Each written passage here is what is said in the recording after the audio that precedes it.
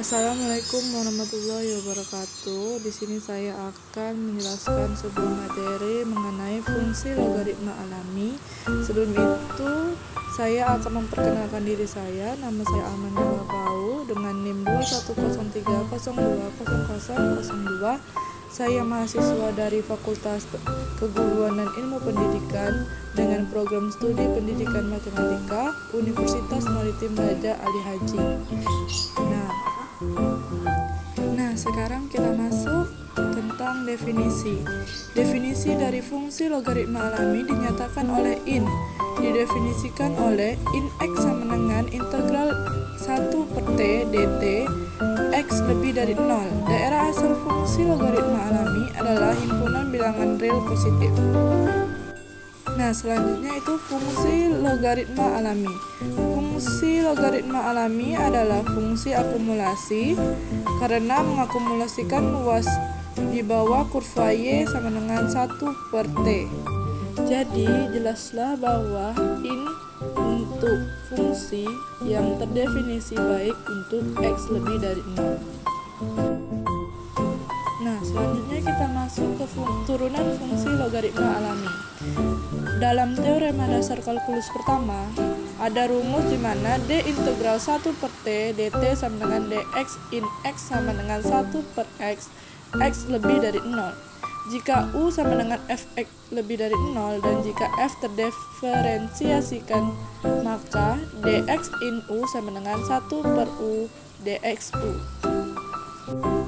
Nah, untuk selanjutnya kita masuk ke contoh, di mana contohnya itu carilah dx in akar x. Penyelesaiannya yaitu misalkan u sama dengan akar x sama dengan x pangkat 1/2, maka didapatlah dx in akar x sama dengan 1/x pangkat 1/2 dx dikali x pangkat 1/2 sama dengan 1/x pangkat 1/2 dikali 1/2 x pangkat minus 1/2 sama dengan 1/2x. Nah, kita sekarang lanjut ke sifat-sifat logaritma alami. Di sifat-sifat logaritma alami terdapat teorema A, di mana jika A dan B bilangan-bilangan positif dan R sebuah bilangan rasional, maka 1 in 1 sama dengan 0. 2. In AB sama dengan in A tambah in B. 3. In A per B sama dengan in A kurang in B. Dan keempat, in A pangkat R sama dengan R in A. Nah, dari sifat-sifat tadi ada sebuah pembuktian di mana yang pertama in 1 sama dengan integral 1/t dt sama dengan 0. Kedua, karena untuk x lebih dari 0 didapatkanlah rumus dx in ax sama dengan 1/ax dikali a sama dengan 1/x dan dx in x sama dengan 1/x. Nah, menurut teorema tentang dua fungsi dengan turunan sama bahwa in ax sama dengan in x tambah c. Untuk menghitung c, misalkan x sama dengan 1, maka in a sama dengan c, sehingga in ax sama dengan in x tambah in a. Akhirnya x sama dengan b. Nah, untuk yang ketiga, gantikan a dengan 1/b dalam kedua untuk memperoleh in 1/b tambah in b sama dengan in dalam kurung 1/b dikali b sama dengan in 1 sama dengan 0. Jadi didapat in 1/b sama dengan negatif in b. Dengan menerapkan cara kedua, sekali lagi kita peroleh in a per b sama dengan in a dikali 1/b sama dengan in a tambah in 1/b sama dengan in a sama kurang in b.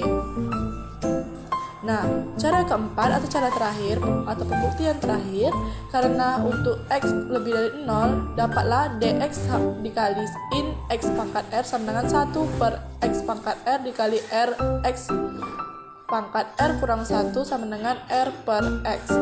Dan dx dikali rx sama dengan r dikali 1/x sama dengan rx. Maka berdasarkan teorema yang kita gunakan dalam cara kedua bahwa in x pangkat r sama dengan r in x tambah c. Misalkan x sama dengan 1 yang memberikan c sama dengan 0, jadi in x pangkat r sama dengan r in x. Akhirnya misalkan x sama dengan a.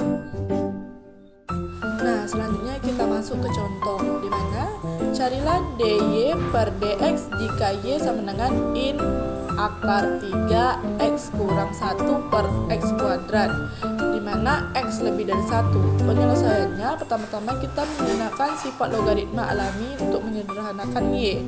Y sama dengan in dikali x kurang 1 per x kuadrat pangkat 1/3 sama dengan 1/3 in kali x kurang 1 per x kuadrat sama dengan 1/3 dalam kurung in dikali x kurang 1 kurang in x kuadrat sama dengan 1/3 in dikali x kurang 1 kurang 2 in x.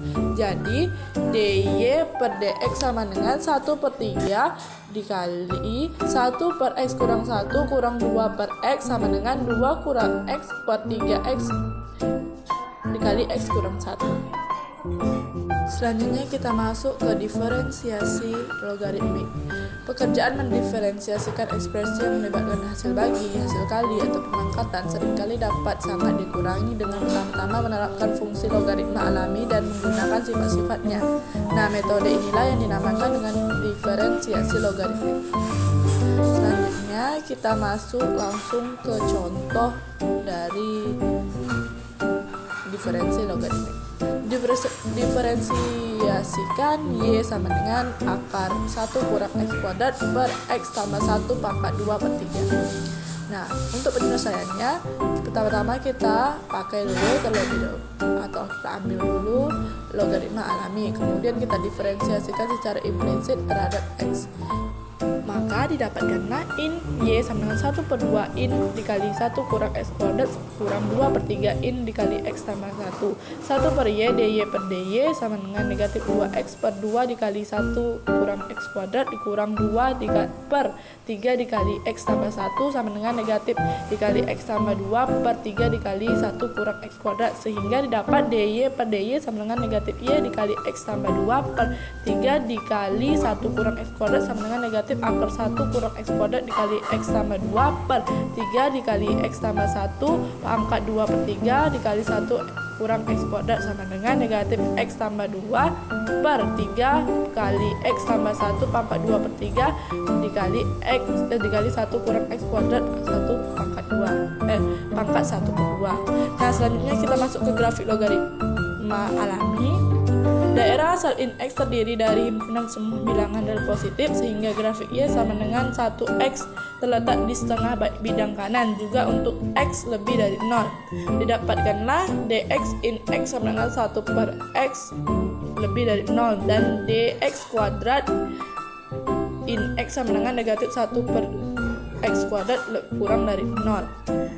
Nah, menunjukkan bahwa lim x mendekati tak terhingga, in x sama dengan tak terhingga, dan lim x mendekati 0 plus in x sama dengan minus tak terhingga.